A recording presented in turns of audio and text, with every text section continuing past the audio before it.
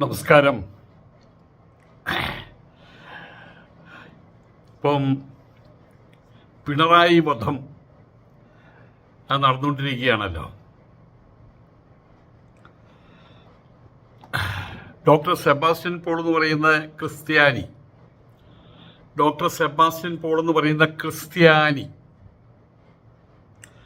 അവനും അവസരം കിട്ടിയപ്പോൾ തിരിഞ്ഞുകുത്തി. ഇനി വരാൻ കെടുക്കുന്നതേ ഉള്ളൂ. പല ഞാഞ്ഞൂളുകളും തല പൊന്തിക്കും. ഇപ്പോൾ പിണറായി വിജയൻ ഒന്നിനും കൊള്ളാത്തവനാണ്, ക്രൂരനാണ്, കൊള്ളക്കാരനാണ്. അതിൽ കുറേ ശരികളുണ്ട് കേട്ടോ. സഖാവ് പിണറായി വിജയൻ കേരളം ഭരിക്കുന്ന സമയത്ത്, മുഖ്യമന്ത്രിയായിട്ട് കേരളം ഭരിക്കുന്ന സമയത്ത് കുറേ ക്രൂരകൃത്യങ്ങളൊക്കെ ചെയ്തിട്ടുണ്ട്. ഇങ്ങനെ ക്രൂരകൃത്യങ്ങൾ ചെയ്യുമ്പോഴല്ലേ ആൾക്കാർ വെറുക്കുക. അദ്ദേഹം ചെയ്ത ക്രൂരകൃത്യങ്ങളെക്കുറിച്ച് നമുക്കൊരു നിരീക്ഷണം നടത്തണ്ടേ?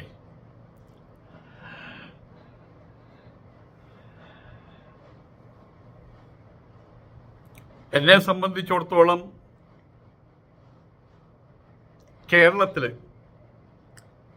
കേരളമായിട്ടുള്ള ബന്ധം എനിക്ക് വളരെ കുറവാണിപ്പോൾ. കഴിഞ്ഞ ഒരു 10-20 വർഷങ്ങളായിട്ടെന്ന് പറയാം കേരളത്തിലുണ്ട്. പക്ഷേ കൂടുതലും ഞാൻ തമിഴ്നാട്ടിലും അതുപോലെ ഉത്തരേന്ത്യയിലായിരുന്നു ഉണ്ടായിരുന്നത്. കേരളത്തെക്കുറിച്ച് വല്ലതും അറിയുന്നത് ശബരിമല തീർത്ഥാടകര്, എൻ്റെ ചുറ്റുപാടും താമസിക്കുന്ന ശബരിമല തീർത്ഥാടകരുണ്ട്. അവരെന്തെങ്കിലും പറയുമ്പോഴാണ് ചില കാര്യങ്ങളൊക്കെ അറിയുക. അവരെപ്പോഴും പറയുന്നൊരു കാര്യമുണ്ട്, റോഡുകളെക്കുറിച്ച്, കേരളത്തിലെ റോഡുകളെക്കുറിച്ച്. ഒരു കാലഘട്ടത്തിൽ പാലക്കാട് വാളയാർ ചെക്ക് പോസ്റ്റ് ഉണ്ട്. വാളയാർ ചെക്ക് പോസ്റ്റ് വരെ തമിഴ്നാട്ടിൽ നിന്ന് കേരളത്തിലേക്ക് വരുമ്പോൾ വാളയാർ ചെക്ക് പോസ്റ്റ് വരെ നമ്മളിങ്ങനെ ബസ്സിൽ കിടന്നിങ്ങനെ ഉറങ്ങും. വാളയാർ ചെക്ക് പോസ്റ്റ് കടന്നു കഴിഞ്ഞാൽ പിന്നെ തന്നെ ഉണരും, വറയ്ക്കും കിടന്നിട്ട്. കാരണം എന്താ, പിന്നെ അവിടെ പാതാള കുഴികളാണ്, റോഡില്ല. ഇതായിരുന്നു എൻ്റെ ആ കാലത്തെ അനുഭവം. ഇന്നിപ്പോൾ കേരളത്തിൽ നല്ല റോഡുകളാണ്, നല്ല റോഡുകൾ, ചെറിയ റോഡുകളല്ല, നല്ല റോഡുകൾ. മലയോരങ്ങളിലും ഉണ്ട് നല്ല റോഡുകൾ, തീരദേശത്തും ഉണ്ട് നല്ല റോഡുകൾ. ഇതൊക്കെ പിണറായി വിജയൻ ചെയ്ത് ക്രൂരകൃത്യങ്ങളുടെ പരമ്പര നമുക്ക് ആരായാം. അപ്പം അതിൻ്റെ തുടക്കം ഇതാണ്, കുറേ നല്ല റോഡ് ഉണ്ടാക്കി. സ്കൂളുകൾ, ഞാൻ പഠിച്ച തൃക്കൂര് ലോവർ പ്രൈമറി സ്കൂളുണ്ട്. ആ സ്കൂളിൽ ആളുകൾ കുറഞ്ഞ് അവസാനം കുട്ടികളൊക്കെ ഒല്ലൂരിലും തൃശ്ശൂരിലും കുട്ടല്ലൂരൊക്കെയുള്ള പ്രൈവറ്റ് സ്കൂളിലാണ് പഠിക്കാൻ പോകുന്നത്. കുട്ടി എവിടെയാണ് പഠിക്കുന്നത്? തൃക്കൂർ സ്കൂളിലാണ്. അതെ, ഒന്നിനും കൊള്ളാത്ത സ്കൂള്, പഴയ കെട്ടിടങ്ങൾ. പക്ഷെ അവിടെ പ്രൊഫസർ രവീന്ദ്രനാഥ് വന്നതിന് ശേഷം ആ സ്കൂള് അതിൻ്റെ ഫോട്ടോ ഒക്കെ എടുത്ത് അയക്കാൻ പറയും. ഞാൻ അതിൻ്റെ ഫോട്ടോ ഒക്കെ എടുത്ത് അയച്ച സമയത്ത് ഒന്നുകൂടി അവിടെ പോയി പഠിച്ചാലോ, 1ാം ക്ലാസ്സിൽ ഞാൻ പോയി, എൻ്റെ മനസ്സുകൊണ്ട് ഞാൻ പോയി. ആ ഫോട്ടോ എൻ്റെ ഇവിടെ ഇരിക്കുന്നുണ്ട്, എൻ്റെ കൺമുമ്പിൽ ഇരിക്കുന്നില്ല, ഫോട്ടോ ഒട്ടിച്ച് വെച്ചിട്ടുണ്ട്. ഇന്ന് ആ തൃക്കൂര പ്രദേശത്തുള്ള ഒരു കുട്ടി പോലും ഒല്ലൂരിലോ അല്ലെങ്കിൽ തൃശ്ശൂരിലോ പോയിട്ട് പഠിക്കുന്നില്ല, ഈ സ്കൂളിലാണ് പഠിക്കുന്നത്. അതുപോലെ ചുറ്റുമതിൽ, പിന്നീട് ഗ്രൗണ്ട്, ഒന്നുകൂടി ഉയർത്തി നന്നാക്കി 2 നില കെട്ടിടം പണിതു.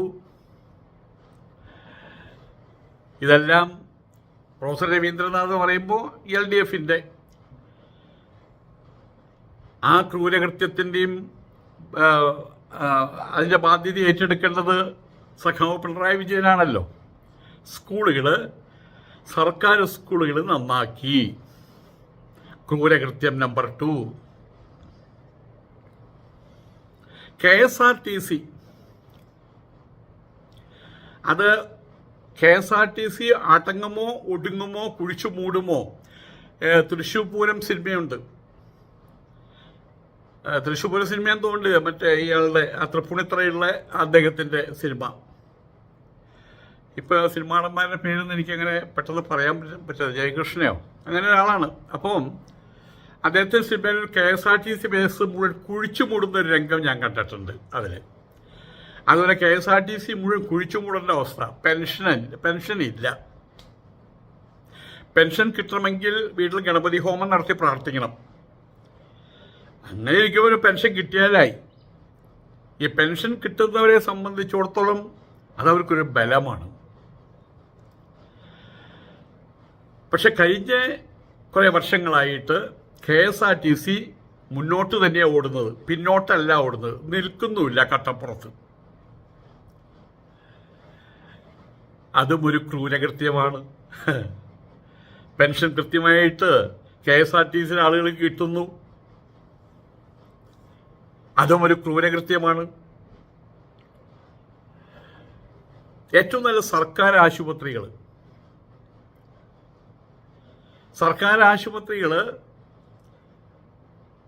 എനിക്കറിയാം. തൃശ്ശൂർ സിവിൽ ഹോസ്പിറ്റലിലേക്ക് എന്തെങ്കിലും ആവശ്യത്തിന് പോയി കഴിഞ്ഞാൽ അവിടുത്തെ ബാത്റൂമിലേക്കൊന്നും കാലെടുത്ത് വയ്ക്കാൻ പറ്റില്ല. ഏതെങ്കിലും കാരണവശാൽ ആ ബാത്റൂമിലേറ്റ കാല് തെറ്റി വീണ് കഴിഞ്ഞാൽ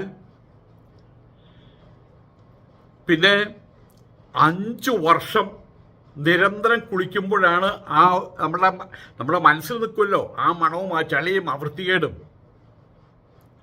പിന്നെ നീണ്ട ഒരു 5 വർഷം നമ്മൾ ആഹാരം കഴിക്കുമ്പോൾ ഓർമ്മ വരിക. അതുപോലെ തന്നെ ഷീറ്റുകളൊന്നും മാറ്റാതെയും അതൊക്കെ നിങ്ങൾക്കറിയാവുന്ന കാര്യമാണ്. നല്ല സർക്കാർ ആശുപത്രികൾ വന്നു. ക്രൂരകൃത്യം ഇതൊന്നും കേരളീയർക്ക് വിധിച്ചിട്ടില്ല എന്നർത്ഥം.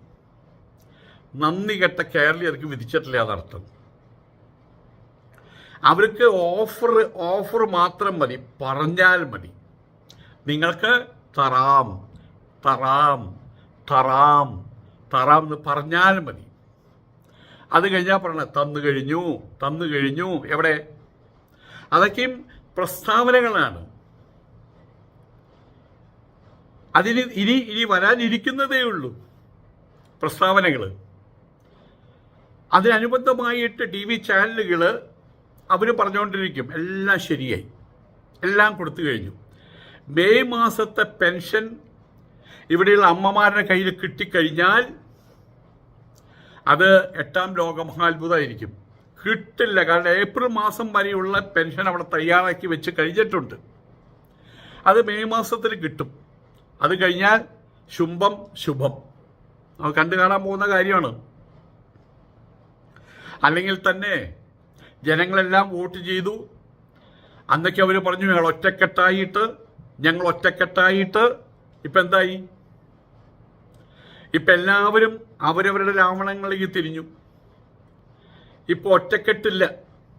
ചർച്ചകളിൽ പോലും ഒരുമിച്ചല്ല ചർച്ച, ഒറ്റപ്പെട്ട ഗ്രൂപ്പുകളുമായിട്ടാണ് ചർച്ച. അതിനുവേണ്ടി ഉത്തരേന്ത്യക്കാർ വരണം,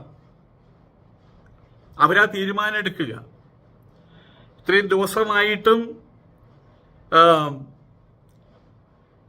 പലപ്പോഴും പല നേതാക്കന്മാരും പറഞ്ഞു ഞങ്ങൾക്ക് അധികാരം കിട്ടിക്കഴിഞ്ഞാൽ, മാൻഡേറ്റ് കിട്ടിക്കഴിഞ്ഞാൽ അടുത്ത ദിവസം സത്യപ്രതിജ്ഞ എന്ന്.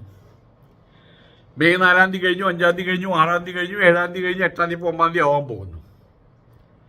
ഇപ്പോഴും അടിയതെല്ലാം അവസാനിച്ചിട്ടില്ല. ഇവിടെയുള്ള ഓരോരുത്തരും ചോട്ടാമൂട്ട പാർട്ടികളടക്കം ഡൽഹിയിലേക്ക് പോകണു, തിരിച്ചു വരുന്നു. അടുത്ത ആൾ ഡൽഹിയിലേക്ക് പോകണു, തിരിച്ചു വരുന്നു. പിന്നത്തെ ആൾ ഡൽഹിയിലേക്ക് പോകണു, തിരിച്ചു വരുന്നു. പോസ്റ്റർ വിപ്ലവം വേറെ. ഞാൻ ഒരു സാധാരണക്കാരൻ്റെ ബുദ്ധി വെച്ച് പലരും പറഞ്ഞു 1 വർഷത്തിനുള്ളിൽ ജനങ്ങൾ പാഠം പഠിക്കുമെന്ന്. ഞാൻ പറഞ്ഞു 41 മണിക്കൂറിനകത്ത് 41 ദിവസത്തിനകത്ത് പാഠം പഠിക്കുമെന്ന്. ഇന്നലെ ഒരാൾ പറഞ്ഞിരിക്കുക 41 ദിവസം എന്തിനാ തമ്മിൽ 41 മണിക്കൂർ കഴിഞ്ഞില്ല, ഇപ്പൊ കാണുന്നില്ലേ ഇത്. ഇനി ഈ വെടിക്കെട്ട്, ഈ തല്ലുകൂട്ടം അവരുടെ മധുവിധം അവസാനിക്കുന്നത് വരെ അവരുടെ മധുവിധുവാണ് ഇപ്പോഴുള്ളത്. ആ ഭരണം കിട്ടിയതല്ലേ ഉള്ളൂ. അവിടെ കെട്ടിപ്പിടിക്കലും ഉമ്മ വയ്ക്കലും പച്ച ലഡ് കൊടുക്കലും മഞ്ഞ ലഡ് കൊടുക്കലും കാണുന്നുണ്ടല്ലോ. KPSലും പാണക്കാടൊക്കെ കാണുന്നുണ്ടല്ലോ. അവിടെ ജനങ്ങൾക്ക് ഇനി പങ്കില്ല കേട്ടോ. അപ്പൊ മധുവിധുവാണ് ഈ കാലഘട്ടത്തിൽ തന്നെയാണ്, മധുവിധു കാലഘട്ടത്തിൽ തന്നെയാണ് അങ്ങോട്ടും ഇങ്ങോട്ടും ചൊറിയിലും മാന്തലും. ഇവിടെ ഒന്ന് കെട്ടിപ്പിടിക്കുന്നു, ലഡ് തിന്നുന്നു, ഡൽഹിയിൽ പോകുന്നു. എന്തിനാ ഡൽഹിയിൽ പോകുന്നത്?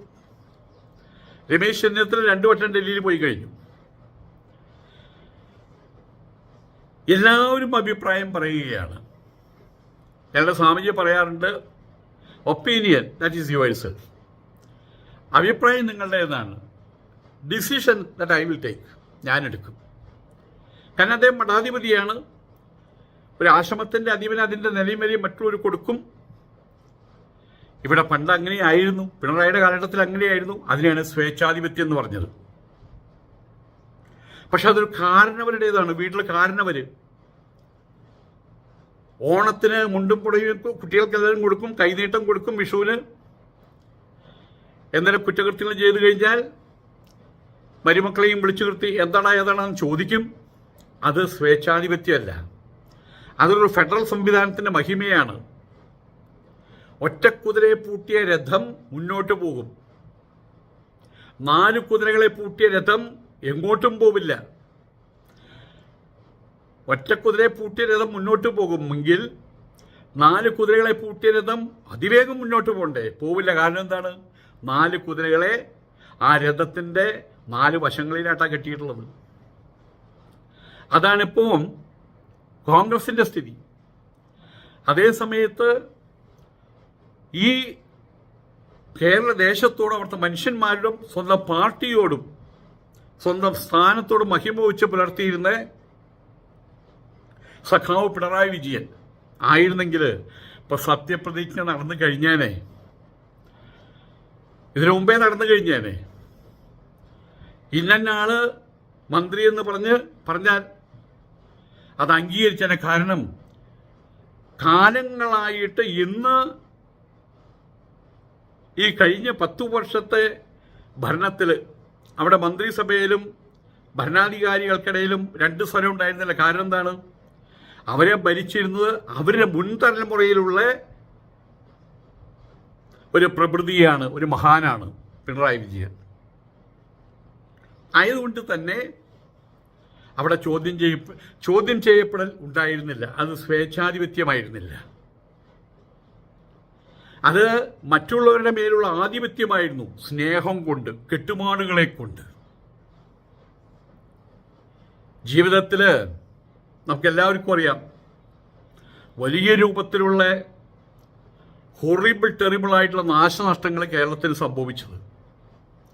ഞാനതിൽ നേരിട്ട് കണ്ട് അനുഭവിച്ചുകൊണ്ട് ഞാൻ മാവേലിക്കരയ്ക്കും ഹരിപ്പാടിനും ഇടയിലെ മുട്ടം എന്ന് പറയുന്ന സ്ഥലത്തുള്ള SNDP ഭരിക്കുന്ന, SNDPയുടേതല്ല, SNDP ഭരിക്കുന്ന ശ്രീരാമകൃഷ്ണ, ശ്രീ ശാരദ, ശ്രീനാരായണ ഗുരുദേവൻ്റെ 3 പേരുടെ പ്രതിമയുള്ള അമ്പലം, ആശ്രമം കം അമ്പലം അവിടെ ഉണ്ടായിരുന്നു.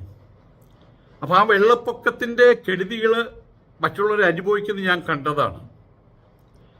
അന്ന് അങ്ങനെയാണെങ്കിൽ പോലും വെള്ളമെല്ലാം താഴ്ന്ന സമയത്ത് അവിടെയുള്ള നന്ദേട്ടൻ പറഞ്ഞത്, വെള്ളപ്പൊക്കം വന്നതോടുകൂടിയിട്ട് എല്ലാവരും ഒത്തുചേർന്നു, സുഖശീതളിമ മനസ്സിൽ.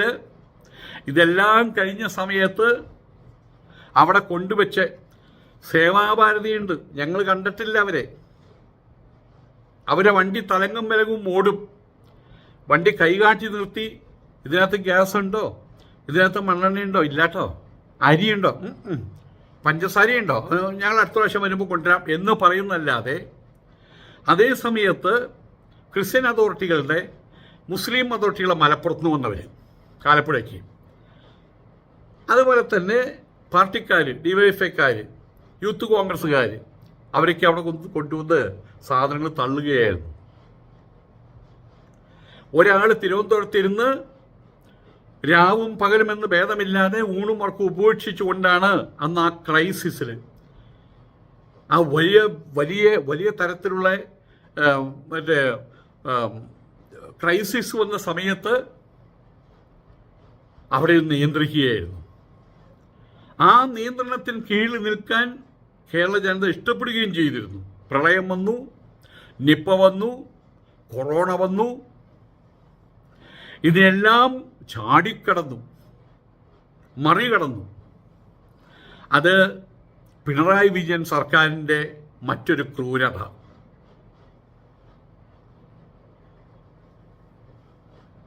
ഒരു സർക്കാർ ജനങ്ങളെ എങ്ങനെ താങ്ങണം,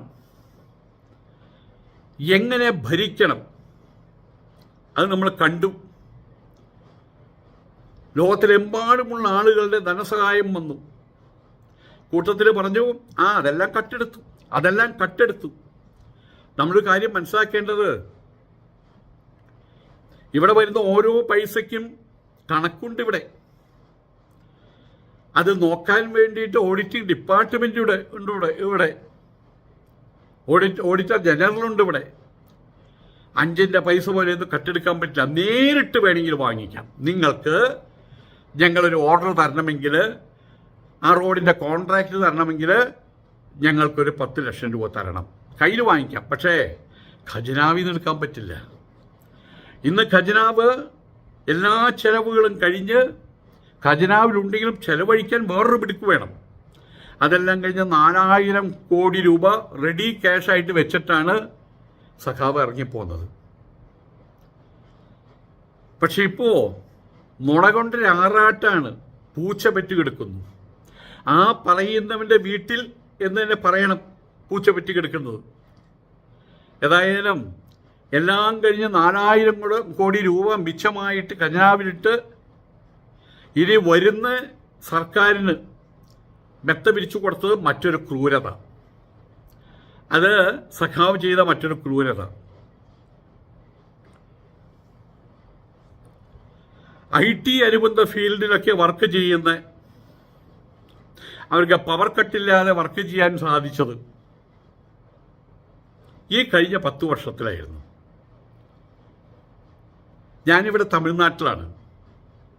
അതിനു മുമ്പ് ഞാൻ 6 വർഷമായിട്ട് തമിഴ്നാട്ടിലാണ്. അതിനു മുമ്പ് ഞാൻ ഹരിദ്വാറിലായിരുന്നു. ഹരിദ്വാർ അപ്പുറം ഉത്തരകാശിയിലൊക്കെ ആയിരുന്നു. അവിടെയും ഇപ്പോൾ ഇവിടെ തമിഴ്നാട്ടിൽ വന്നിട്ടും കറണ്ട് പോയി എന്ന് പറഞ്ഞൊരു പ്രശ്നമില്ല. പിന്നെ ഇവിടെ ചിലപ്പോൾ ചേഞ്ച് ഓവർ ഉണ്ടായിരിക്കും, 1/2 മിനിറ്റ്. അത് നേരത്തെ പ്രഖ്യാപിച്ചിട്ടുണ്ട്, ഇന്ന സമയത്താണെന്ന് അറിയാൻ പറ്റും. മാസത്തിലൊരിക്കൽ മെയിൻ്റനൻസ് എന്ന് പറഞ്ഞ് 6 മണിക്കൂർ 7 മണിക്കൂർ കറണ്ട് പോകും. അതും നേരത്തെ അറിയിക്കും. കേരളത്തിലെ സ്ഥിതി അതായിരുന്നില്ല. എത്രയോ വർഷങ്ങളായിട്ട് പവർ കട്ട്. പുതിയ സിസ്റ്റംസ് ഒന്നും കൊണ്ടുവന്നിട്ടില്ല. രണ്ടാമത് ഇടുക്കി ഡാം പണിതിട്ടില്ല. അണുശക്തി കേന്ദ്രവുമില്ല. എന്നിട്ടും അവരുടെ മനോബലം കൊണ്ടെന്ന് പറയാം, 10 വർഷം ലോഡ് ഷെഡിംഗ് ഇല്ലാതെ, പവർ കട്ടില്ലാതെ. അവസാന കാലഘട്ടത്തിൽ നമുക്കറിയാം, മഴയില്ല, 40 ഡിഗ്രി 41 ഡിഗ്രി സെൻറ്റിഗ്രേഡ് ചൂട്, വരൾച്ച ആയതുകൊണ്ട് തന്നെ AC ഉള്ളൊരു മുഴുവൻ AC ഉപയോഗിക്കാൻ തുടങ്ങുന്നു. അതോടൊപ്പം തന്നെ മണ്ണെണ്ണയുമില്ല, മറ്റേ ഗ്യാസുമില്ല, അതുകൊണ്ട് ഇൻഡക്ഷൻ കുക്കർ ഉപയോഗിക്കാൻ തുടങ്ങുന്നു. എല്ലാം കൂടി വന്ന സമയത്ത് 5 ദിവസം 6 ദിവസം ചെറിയ തോതിൽ പവർ കട്ട് വന്നപ്പോഴേയും പറഞ്ഞു പവർ കട്ട്. 10 വർഷവും പവർ കട്ട്. അതുവരെ ചെയ്തെല്ലാം വെള്ളത്തിലായി. Power cut. പിണറായി വിജയൻ വന്നു, പവർ കട്ട്. 3 ദിവസം പവർ കട്ട് 10 വർഷത്തേക്ക് നീട്ടിക്കൊടുത്തു നുണപ്രചാരണം വഴി. എന്തായാലും കറണ്ട് പോകുക എന്നുള്ളത് ഒരു പഴങ്കഥയാക്കി മാറ്റിയതാണ് സഖാവ് പിണറായി വിജയൻ ചെയ്ത മറ്റൊരു ക്രൂരത. നമ്മുടെ നാട്ടിലെ പാവപ്പെട്ട ആളുകൾ എത്ര പണക്കാരാണെങ്കിലും അവരുടെ വീട്ടിലെ അമ്മൂമ്മ 70, 80, 90 വയസ്സായിട്ടുള്ള അമ്മൂമ്മ പണക്കാരിയായിട്ടുള്ള മകളോട്, മോളെ എനിക്കിതൊരു 100 രൂപ വേണം കേട്ടോ, ഞാൻ 100 രൂപ കൊടുക്കും. പക്ഷെ അതിൻ്റെ പുറകിൽ ചോദ്യമുണ്ട്, എന്തിനാമ്മേ 100 രൂപ എന്നൊരു ചോദ്യം. അത് ചിലപ്പോൾ അമ്പലത്തിൽ കൊണ്ടിടാനായിരിക്കും. അമ്പലത്തിൽ കൊണ്ടിട്ട് നശിപ്പിച്ചോളോ എന്നും പറയും. അപ്പോൾ ആ പൈസ കൊടുക്കുന്നതിന് അർത്ഥമില്ലാതെ മാറില്ലേ? അടിസ്ഥാനപരമായിട്ടുള്ള ചില കാര്യങ്ങൾക്ക് വേണ്ടിയിട്ടാണ് ഈ പാവങ്ങൾ കുറച്ച് പൈസ മടിക്കൂത്തിൽ വെക്കുന്നത്. ഇന്നിപ്പോൾ അത് മക്കളോട് ചോദിക്കേണ്ട ആവശ്യമില്ല. 2000 രൂപ വീട്ടിൽ കൊണ്ട് എത്തിച്ചു തരും. അന്ന് സഖാവ് പിണറായി വിജയൻ പറഞ്ഞൊരു കാര്യമുണ്ട്, എൻ്റെ ഭരണത്തിന് കീഴിൽ ഞാൻ ഏറ്റവും കൂടുതൽ മനസ്സുകൊണ്ട് ആഹ്ലാദിച്ച നിമിഷങ്ങൾ ഈ 2000 രൂപ പെൻഷൻ കൊടുക്കുമ്പോൾ അത് കയ്യിലേന്തിയ ഒരു സ്ത്രീ പല്ലില്ലാത്ത മോണ കാട്ടി ചിരിക്കുന്നത് കണ്ടപ്പോഴാണ് ഞാൻ ആഹ്ലാദിച്ചത്, സന്തോഷിച്ചത്. പിണറായി വിജയൻ വെറുതെ പൊട്ടിച്ചിരിക്കാറില്ല, തമാശ പറഞ്ഞ ആളുകളെ പൊട്ടിച്ചിരിപ്പിക്കാറുമില്ല. പക്ഷെ ആ മനസ്സിലെ സ്നേഹത്തിൻ്റെ നനവുണ്ടായിരുന്നു. വയോജനങ്ങൾക്ക് മുടങ്ങാതെ പൈസ കിട്ടി, മുടങ്ങും ഇനിയുള്ള ദിവസങ്ങളിൽ. ഇത് പ്രവചനം അസാമാന്യമായ ശേഷിയുള്ളൊരു പ്രവാചകൻ്റെ പ്രവചനമല്ല. കോൺഗ്രസ്സുകാർ ഭരിക്കുമ്പോൾ അങ്ങനെയാണ്. ഏതായാലും ആ പൈസ ഇനി കിട്ടാതെ വരുമ്പോൾ സഖാവുള്ള സമയത്തൊക്കെ കൃത്യമായിട്ട് കിട്ടിയിരുന്നു എന്നുള്ള ഊശാമ്പി വർത്താനം പറയരുത്. ഇനി സഖാവിനെ നിങ്ങൾ പുകഴ്ത്തരുത്. സഖാവിനെ നിങ്ങൾ കൊള്ളക്കാരെന്ന് വിളിക്കണം, സഖാവിനെ കള്ളനെന്ന് വിളിക്കണം, സഖാവിനെ ക്രൂരനെന്ന് വിളിക്കണം. ഇനി മാറ്റി ചിന്തിക്കരുത് കേട്ടോ. എല്ലാം നശിച്ച് നാരണക്കൽ അടയുന്ന സമയത്ത് സഖാവ് ഉണ്ടായിരുന്നെങ്കിൽ എന്ന് പറയരുത്. കോരിട്ട് കുത്തും നാട്ടുകാർ തൊണ്ടയിൽ.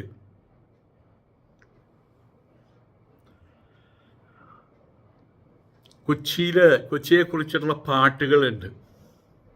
പണ്ട് കൊച്ചി കണ്ടവർ അച്ചി വേണ്ടെന്ന് പറയാം. അതിൻ്റെ കാരണം എന്താണെന്ന് എനിക്ക് അറിയില്ല. എന്നാൽ പോലും കൊച്ചിയെക്കുറിച്ച് പലപ്പോഴും പുകഴ്ത്തിയാണ് പറഞ്ഞിട്ടുള്ളത്. എൻ്റെ കുട്ടിക്കാലത്ത് എറണാകുളം കാണുക എന്നുള്ള എനിക്കൊരു മോഹമായിരുന്നു. പിന്നീട് എറണാകുളമൊക്കെയും കണ്ടു, ബോംബെയും കണ്ടു, ഡൽഹിയും കണ്ടു, ദുബായിക്കും കണ്ടു, വേറെ കാര്യം. അപ്പോൾ കൊച്ചി എപ്പോഴും കേരളത്തിൻ്റെ നമ്പർ 1 ജില്ല ആയിട്ടാണ് കരുതിയിരുന്നത് എറണാകുളം ജില്ലയെ. പക്ഷേ ഒരു പ്രശ്നം മാത്രമേ ഉള്ളൂ. രാത്രി ആവുന്ന സമയത്ത് ഹെലികോപ്റ്ററുകൾ വരും നിങ്ങളെ പൊക്കി കൊണ്ടുപോകാൻ. എത്ര വലയിട്ട് മൂടിയാലും കാര്യമില്ല, ഹെലികോപ്റ്റർ വരും. അതും വണ്ടിൻ്റെ വലിപ്പമുള്ള ഹെലികോപ്റ്ററുകളാണ് വരിക, നമ്മളുടെ കൊതുകുകൾ. മാത്രമല്ല, നമ്മൾ ചെവി പൊത്തിയിട്ട് സഞ്ചരിക്കുകയാണെങ്കിൽ പോലും ഈ കൊച്ചിയിലെത്തിക്കഴിഞ്ഞാൽ നമ്മൾ കണ്ടു തുറക്കും. കാരണം എന്താ, കൊച്ചി എത്തി. എങ്ങനെയാണ് അറിഞ്ഞത്? കണ്ടറിഞ്ഞതല്ല, മണത്തറിഞ്ഞത്. ഇന്നിപ്പോൾ കൊച്ചിയുടെ ഹൈവേകൾ ഇപ്പുറത്ത് ഇങ്ങോട്ട് വരുന്ന ഹൈവേ, അപ്പുറത്ത് അങ്ങോട്ട് പോകുന്ന 4 വരി പാതകൾ, നടുവിലെ പൂന്തോട്ടം. നിങ്ങൾ കണ്ടുകൊണ്ട് കാണുന്നുണ്ടല്ലോ. ക്രൂരകൃത്യം, പിണറായി വിജയൻ്റെ ക്രൂരകൃത്യമാണത്.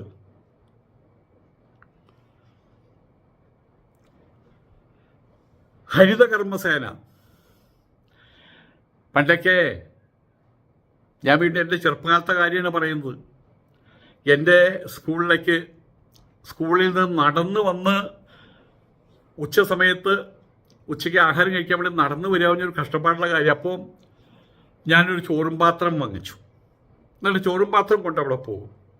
അന്ന് അരവിന്ദാക്ഷൻ മാഷ് എൻ്റെ വീട്ടിൽ വന്ന് പറഞ്ഞു, രമേശിൻ്റെ കയ്യിൽ ചോറും പാത്രം കൊടുത്തയക്കണ്ട കേട്ടോ. അതെന്താ അരവിന്ദ എന്ന് മുത്തച്ഛൻ ചോദിച്ചു. കുട്ടികളൊന്നും ഉച്ചയ്ക്ക് ആഹാരം കഴിക്കാതിരിക്കുകയാണ് അവിടെ. ഹൈസ്കൂളിൽ, ചെറിയ സ്കൂളിൽ ഉപ്മാവുണ്ട് കേട്ടോ, വലിയ സ്കൂളിൽ അതുണ്ടായിരുന്നില്ല. ചെറിയ സ്കൂളിൽ ഉപ്മാവ് ഞാൻ എൻ്റെ കുട്ടിക്കാലത്തെ അവിടെ ഒരു പാപ്പിയമ്മ എന്ന് പറഞ്ഞ സ്ത്രീ അവരുടെ ഉപ്മാവ് ഉണ്ടാക്കി കൊടുക്കാറുണ്ട് സ്കൂളിൽ. പാപ്പിയമ്മയാണ് ഉണ്ടാക്കുക. പക്ഷെ ഹൈസ്കൂളിൽ ഉണ്ടായിരുന്നില്ല. അപ്പം അന്ന് ഹൈസ്കൂളിലുള്ള കുട്ടികൾ ഉച്ചയ്ക്ക് ആഹാരം കഴിക്കാതെ വരുന്നു. അപ്പോൾ അതിൻ്റെ ഇടയിൽ ചില കുട്ടികൾ മാത്രം അവിടുന്ന് ആഹാരം കൊണ്ടുവരുമ്പോൾ അതൊരു ബുദ്ധിമുട്ടല്ലേ. പിന്നെ ഞാൻ ആഹാരം കൊണ്ടുപോയിട്ടില്ല. അത് അന്നത്തെ കഥയാണത്. ഏതായാലും ഇന്ന് കേരളത്തിൽ പട്ടിണി പരിവട്ടം ഇല്ല. എല്ലാവരും ആഹാരം കഴിച്ച് ജീവിക്കുന്നുണ്ട്. ഏത് മുതലാളിയുടെ മോനാണെങ്കിലും അവർ കഴിക്കുന്ന അത്രയും ആഹാരം താഴെയുള്ള കുട്ടികളും കഴിക്കുന്നുണ്ട്. ഒക്കെയും കോംപ്ലാൻ ബോയ്കളാണ് ഇപ്പോൾ അവിടെയുള്ളത്. അതിന് കാരണം എന്താണ്? എല്ലാവർക്കും അടിസ്ഥാനപരമായിട്ടുള്ള കാര്യം എന്താണ്? ആഹാരം, വസ്ത്രം, പാർപ്പിടം. അത് മൂന്നും കൃത്യമായിട്ട് ഒരുക്കി കൊടുത്തു ഈ സർക്കാർ. അതിനു വേണ്ടിയിട്ട് ജോലിയില്ലാത്ത സ്ത്രീകളേക്ക് വിളിച്ചു ചേർത്ത് ഒരു സൈന്യമുണ്ടാക്കി. അതാണ് ഹരിതകർമ്മ സൈന്യം, ഹരിതകർമ്മസേന. ക്രൂരകൃത്യം. ഇതൊക്കെ ക്രൂരകൃത്യത്തിന് കണക്കിൽപ്പെടുത്തിയിട്ടാണ് പിണറായി വിജയൻ കൊള്ളക്കാരനാണ്, കള്ളനാണ്, ക്രൂരനാണ്, അയാളെ ഞങ്ങൾ ചവിട്ടിപ്പുറത്താക്കി ഹായ് ഹായ് ഹായ് എന്ന് പറയുന്നത്. എന്നും പറഞ്ഞോളൂ ഇതുപോലെ. അച്ചിരിക്കുന്ന മുഖമുള്ള സന്തോഷത്തിൻ്റെ മുഖം. പിണറായി വിജയൻ എന്ന് പറഞ്ഞ കൊള്ളക്കാരനെ ഞങ്ങൾ ചവിട്ടിപ്പുറത്താക്കി, പിണറായി വിജയൻ എന്ന് പറഞ്ഞ ക്രൂരകൃത്യനെ ഞങ്ങൾ തള്ളിപ്പുറത്താക്കി, പിണറായി വിജയൻ എന്ന് പറയുന്ന ക്രൂരനെ ഞങ്ങൾ പറപ്പിച്ച് കളഞ്ഞു എന്ന് പറഞ്ഞാൽ സന്തോഷമുണ്ടല്ലോ. ഇപ്പം സന്തോഷം അത് അടുത്ത 5 വർഷം തുടരട്ടെ. അതിന് ഹാനി സംഭവിക്കാതിരിക്കട്ടെ നിങ്ങളുടെ സന്തോഷത്തിന്. ആയിരക്കണക്കിന് ചെറുപ്പക്കാർക്ക് സ്വന്തം സ്ഥാപനങ്ങൾ തുടങ്ങാൻ വേണ്ടിയിട്ട് യാതൊരു പ്രശ്നവുമില്ലാതെ അവർക്ക് സ്വന്തം കൊച്ചു കൊച്ചു സ്ഥാപനങ്ങൾ മുതൽ വലിയ സ്ഥാപനങ്ങൾ വരെ തുടങ്ങാൻ, ഇൻഫർമേഷൻ ടെക്നോളജി IT സ്ഥാപനങ്ങളൊക്കെ തുടങ്ങാൻ സാധിച്ചത് ഈ 10 വർഷത്തിലായിരുന്നു. നമ്മൾ ബ്രഹ്മപുരത്തെക്കുറിച്ച് എപ്പോഴും പറയാറുണ്ട്. അവിടെയുള്ള സ്ഥലങ്ങളിൽ നിന്ന് വരുന്ന ദുർഗന്ധം, ആ ദുർഗന്ധം ചാലുകളിൽ ഒഴുകിയിട്ട് പലവരുടെയും വീട്ടിലുള്ള കിണറുകൾ വരെ അശുദ്ധമായിരുന്നു. ആ കാക്കനാട് ആ ഏരിയയിൽ അവിടെ മൂക്ക് പൊത്തിയിട്ടേ നടക്കാൻ പറ്റുമായിരുന്നുള്ളൂ. മൂക്ക് പൊത്തിയാൽ മണേ പോവുള്ളൂ. പക്ഷേ അതിൽ നിന്ന് ഉൽപ്പാദ്യമാകുന്ന വൈറസുകളും മറ്റുള്ള കാര്യങ്ങളും മൂക്ക് പൊത്തിയോണ്ട് വല്ല കാര്യമുണ്ടോ? അതിനെ മാറ്റിയെടുത്തു. ഇന്നവിടെ ദുർഗന്ധമില്ല, അതിൽ ഉൽപ്പാദ്യമാകുന്ന വൈറസുകളുമില്ല. ഗുരുവായൂർ അമ്പലത്തോട് ചേർന്നിട്ട് ഒരു മാലിന്യത്തിൻ്റെ മല തന്നെ ഉണ്ടായിരുന്നു. അതിപ്പോൾ എന്താണെന്നറിയാമോ? കുട്ടികളുടെ പാർക്കാണ്. ആരാധകരെ മാറ്റിയെടുത്തത്. ഗുരുവായൂർ അമ്പലത്തിന് നടയിൽ നിന്നുകൊണ്ട് പിണറായി വിജയൻ സഖാവ് അതേ അമ്പലം ഉണ്ടാക്കുന്ന ആളോ അമ്പലം വിഴുങ്ങിയോ അല്ല, അവിടെ നിന്നു. അവിടെ എന്തോ കാര്യത്തിൽ വന്നപ്പോൾ അവിടെ നിന്നിട്ട് ചോദിച്ചു, ഇവിടെയാണോ? അപ്പോൾ ഈ ഞാൻ തന്നെ നമ്മളുടെ പയ്യന്നൂരുള്ള ഒരു ക്ഷേത്രത്തിൽ, അന്നപൂർണേശ്വരി ക്ഷേത്രത്തിൽ പോയിട്ട് ഞാൻ ചോദിച്ചു അവിടെ, ഇവിടെയാണല്ലേ അന്നപൂർണേശ്വരി ഇരിക്കുന്നത്. അപ്പോൾ അതോ 2 ശ്രീകോവിലുണ്ട്, 2-3 ശ്രീകോവിലുണ്ട്. അപ്പോൾ പറഞ്ഞു, ശരിയായിട്ട് ഇത് കൃഷ്ണക്ഷേത്രമാണെങ്കിലും കൃഷ്ണൻ അവിടെ ഒരു മൂലയ്ക്കായിരിക്കുന്നത്. അന്നപൂർണേശ്വരി അതൊക്കെ നമ്മൾ ചോദിക്കും, സ്വാഭാവികമാണത്. അദ്ദേഹം ചോദിച്ചു, ഇവിടെയാണല്ലേ കൃഷ്ണൻ ഇരിക്കുന്നത്. അതിനെക്കുറിച്ച് എന്തെല്ലാം അവഹേളനങ്ങൾ അദ്ദേഹത്തിന് ഏറ്റുവാങ്ങേണ്ടി വന്നു. കേന്ദ്ര സമൂഹത്തിന് അതൊക്കെ മതി. PR വർക്ക് പറഞ്ഞു ഫലിപ്പിച്ചാൽ മതി. നിങ്ങളൊക്കെ ഇതാ ലഡ്ഡു തിന്നുന്നു, സന്തോഷമായി. ലഡ്ഡു കൊടുത്തു കഴിഞ്ഞാൽ എന്താ, ഒരു ലഡ്ഡു തന്നാൽ ഞങ്ങൾക്ക് എന്താ 2 ലഡ്ഡു തരാതെ പോയത് എന്ന് ചോദിക്കുന്നവരെ കേരളീയർ. നേരെ മറിച്ച് നിങ്ങളൊക്കെ ലഡ്ഡു തിന്നു, ഒരു ലഡ്ഡു തിന്നു, 2ാമത്തെ ലഡ്ഡു തിന്നുന്നു, അപ്പോൾ ഞാൻ സന്തോഷമായി. അതാണ് കേരളത്തിൻ്റെ അവസ്ഥ. PR work, public relations work പറഞ്ഞു ഫലിപ്പിച്ചാൽ മതി.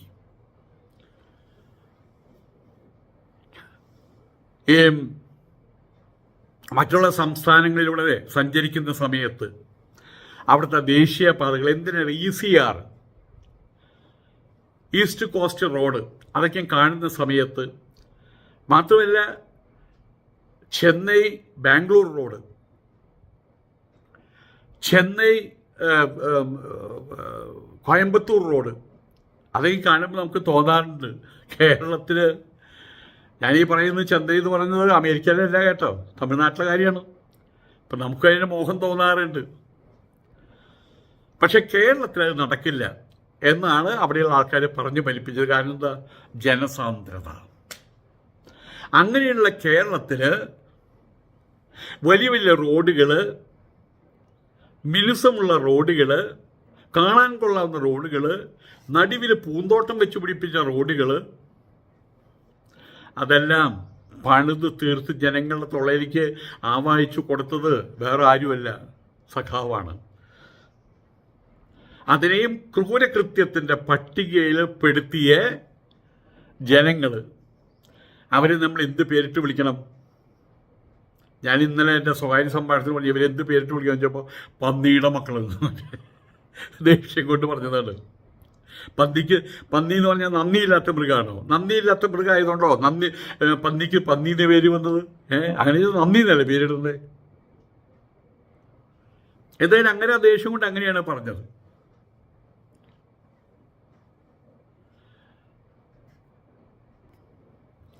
റേഷൻ അരി എന്ന് പറഞ്ഞാൽ പുഴുള്ളതാ, കല്ലുള്ളതാ, അത് സർവ്വസാധാരണമാണ്. അപ്പോൾ റേഷൻ അരി വാങ്ങിച്ചാൽ പിന്നെ ചേറി നോക്കണം,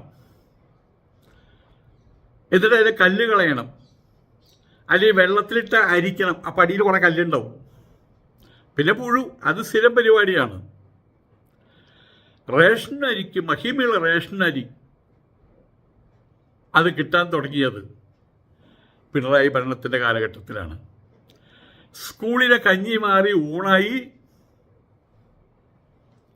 കുഞ്ഞുങ്ങൾക്ക് പ്രഭാത ഭക്ഷണം കൊടുത്ത് തുടങ്ങിയതും എംജിആറിൻ്റെ കാലഘട്ടത്തിലാണ്. തമിഴ്നാട്ടിൽ അത് തുടങ്ങി വെച്ചത്.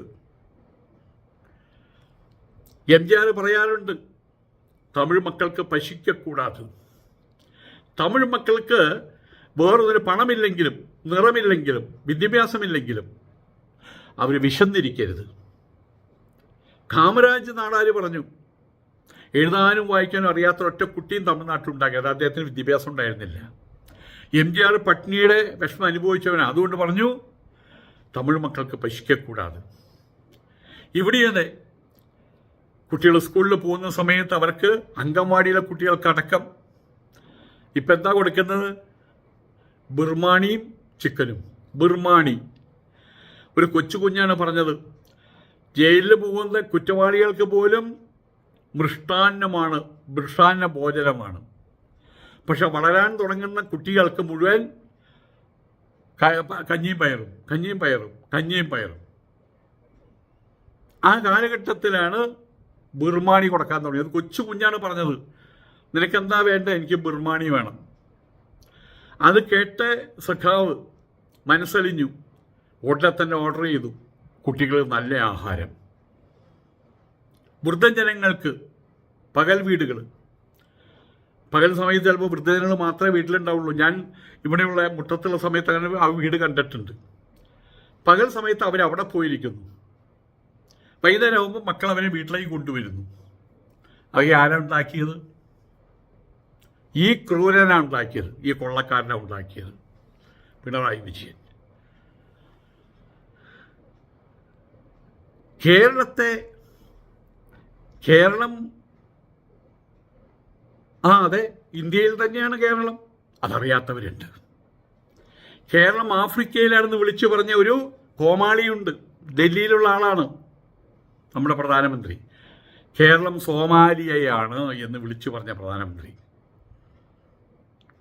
അവസാനം അതേ പ്രധാനമന്ത്രിയുടെ കീഴിലുള്ള എത്രയോ പ്രസ്ഥാനങ്ങൾ, എത്രയോ സ്ഥാപനങ്ങൾ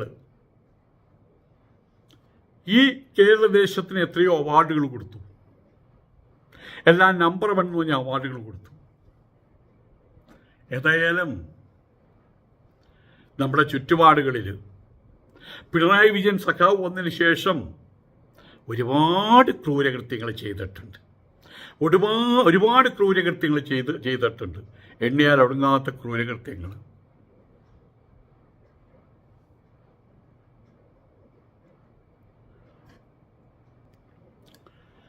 പിണറായി വിജയൻ പഠിക്കാത്തൊരു കാര്യമുണ്ട്. മമ്മൂട്ടിയുടെയും മോഹൻലാലിൻ്റെയും പോലെ അത്ര വേണ്ട ചെറിയ ചെറിയ നടന്മാരുണ്ടല്ലോ, അത്രയും വേണ്ട. അതിലും ചെറിയ നടന്മാരെ പോലെ ഒന്ന് അഭിനയിക്കാൻ പഠിക്കണമായിരുന്നു.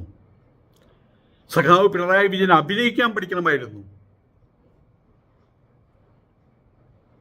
ചിരിക്കാൻ, കാര്യഗൗരവമുള്ള സമയത്ത് ചിരിച്ചു കാണിക്കുക, കള്ളച്ചിരി, അതൊക്കെയാണുള്ള അഭിനയം.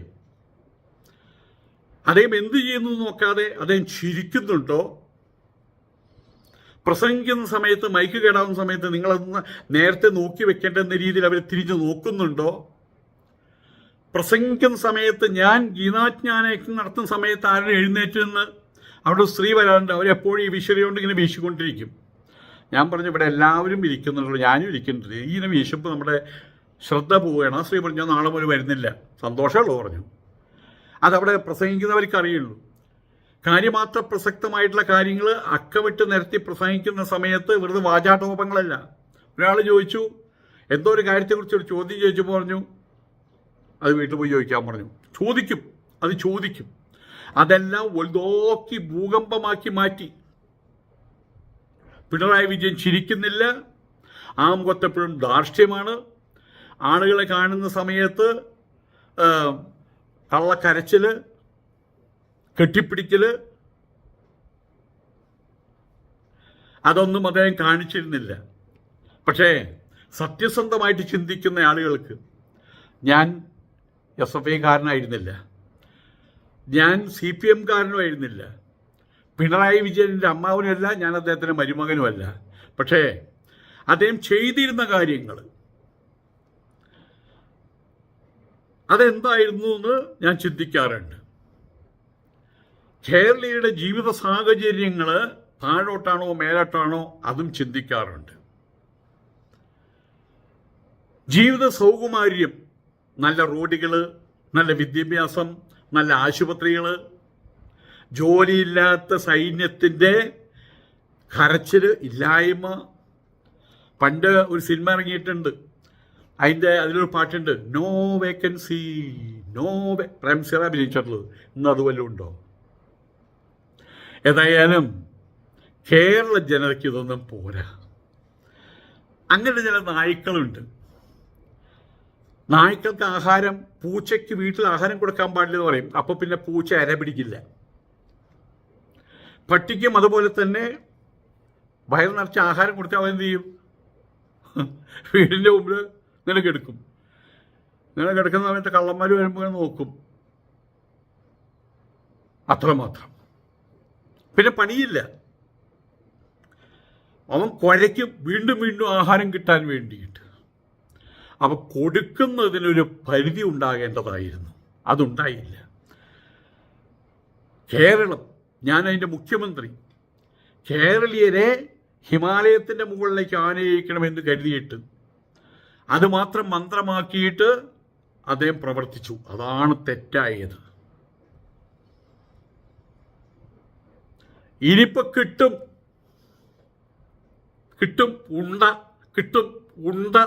ഒരു പെണ്ണ് പറഞ്ഞ പോലെ ഉണ്ട കിട്ടും എന്ന് പറഞ്ഞ പോലെ ഉണ്ട കിട്ടും. തള്ളിത്തരുമായിലേക്ക് UDF.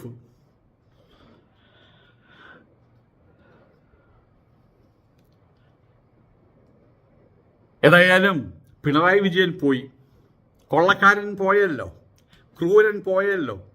അദ്ദേഹത്തിൻ്റെ കൂട്ടാളി രാജീവിനെ പോലുള്ള ആളുകളൊക്കെ ഇവിടെ കട്ടുമുടിച്ചവരാണല്ലോ, അവരെല്ലാവരും പോയല്ലോ. ഇനിയിപ്പോൾ കയറി വരുന്നുണ്ട് ലിൻഡോ. അവർ പോയി, ശിവൻകുട്ടി പോയി, ഗണേഷ് കുമാർ പോയി, ശൈലജ ടീച്ചർ പോയി. ഇനി വരുന്നുണ്ട് പിഷാരടി, ചാമക്കാല, ബൽറാം, കുഴൽനാടൻ, വി മുരളീധരൻ, രാജീവ് ചന്ദ്രശേഖർ, ഫാത്തിമ തഹലിയ, രമ്യ ഹരിദാസ്, ചിന്തിക്കുന്നവൾ എല്ലാം വരുന്നുണ്ട്. അവരൊക്കെ ജയിച്ചിട്ടുണ്ടല്ലോ. പിണറായി വിജയൻ ചെയ്ത കാര്യങ്ങൾ, ക്രൂരകൃത്യങ്ങളൊക്കെ തേച്ചു മാച്ച് കളഞ്ഞ് സുഖസമ്പൂർണമായ സ്വർഗസമാനമായിട്ടൊരു കേരളം കെട്ടിപ്പടുക്കാൻ കാത്തിരുന്നുകൊള്ളുക. ഏതായാലും ഇവര് ഈ UDF-കാർ മധുവിധു കാലഘട്ടത്തിൽ തന്നെ അവർ അടി ആരംഭിച്ചു കഴിഞ്ഞു. അപ്പോൾ ഒരു സൂചന നൽകിക്കഴിഞ്ഞു. അങ്ങനെ ഇപ്പം ഞാൻ നോക്കുമ്പോൾ വടക്കേ ഭാഗത്ത് ഇങ്ങനെ കാര് കൂടി വരുന്നുണ്ട്. മഴ പെയ്യുന്ന ഉറപ്പാണ്. എവിടെയെങ്കിലും പുകയുണ്ടെങ്കിൽ അവിടെ തീയുണ്ടെന്ന് ഉറപ്പാണ്. ഇതുപോലെ തന്നെ UDF ഇനി എന്താണ് ചെയ്യാൻ പോകുന്നുള്ളതിൻ്റെ സൂചന കണ്ടു കഴിഞ്ഞു. ജയിക്കുന്നതിന് മുൻപ് തന്നെ ഫ്ലക്സിൻ്റെ പ്രളയമായിരുന്നു. ആരാണ്ടാ പാറായി. KC വേണുഗോപാലിൻ്റെ ആൾക്കാർ ചോദിച്ചു, ആരാണ്ടാ പാറായി? ഞാനാണ്ടാ പാറായി എന്ന് KC വേണുഗോപാൽ. അവിടെ പിടിയുണ്ട്. രമേശ് ചെന്നിത്തല പറഞ്ഞു, ഞാൻ ജാംബുവാൻ്റെ കാലത്ത് പോലെ കോൺഗ്രസിലുള്ളതാണ്, എക്സ്പീരിയൻസ് എനിക്കാണ് കൂടുതൽ, സീനിയോറിറ്റി എനിക്കാണ് കൂടുതൽ, എൻ്റെ മുമ്പിൽ ആരാണ്ടാ പാറായി. VD സവർക്കർ പറയുന്നു, ജനങ്ങൾ മുഴുവൻ എൻ്റെ പിന്നിലാണ്, ഞാനാണ് ഇവിടെ ഭരണം വാങ്ങിച്ചു കൊടുത്തത്, എൻ്റെ നിലപാടുകൾ മുഴുവൻ ഉരുക്ക് തൂണുപോലെയാണ്, ഇളകത്തില്ല, ആയതുകൊണ്ട് ഞാനാണ്ടാ പാറായി, എൻ്റെ മുമ്പിൽ ആരാണ്ടാ പാറായി. ഇലക്ഷന് മുമ്പ് തന്നെ, തെരഞ്ഞെടുപ്പിന് മുമ്പ് തന്നെ, റിസൾട്ട് വരുന്നതിന് മുമ്പ് തന്നെ ആരംഭിച്ച അടി ഇപ്പോൾ ഒന്നും കൂടിയും രൂക്ഷമായിരിക്കുകയാണ്. ഇതാണ് അവർ നമുക്ക് കാണിച്ചു തരുന്ന സൂചകം.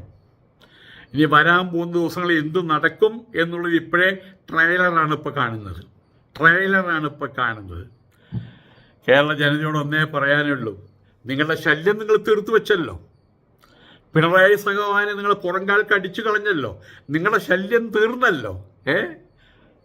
ഇനിയുള്ള ദിവസങ്ങളെക്കുറിച്ച് എനിക്ക് ഒന്നേ പറയാനുള്ളൂ, അനുഭവി രാജാ അനുഭവി. ഞാൻ തമിഴ്നാട്ടിലാണ് കേട്ടോ. നമസ്കാരം.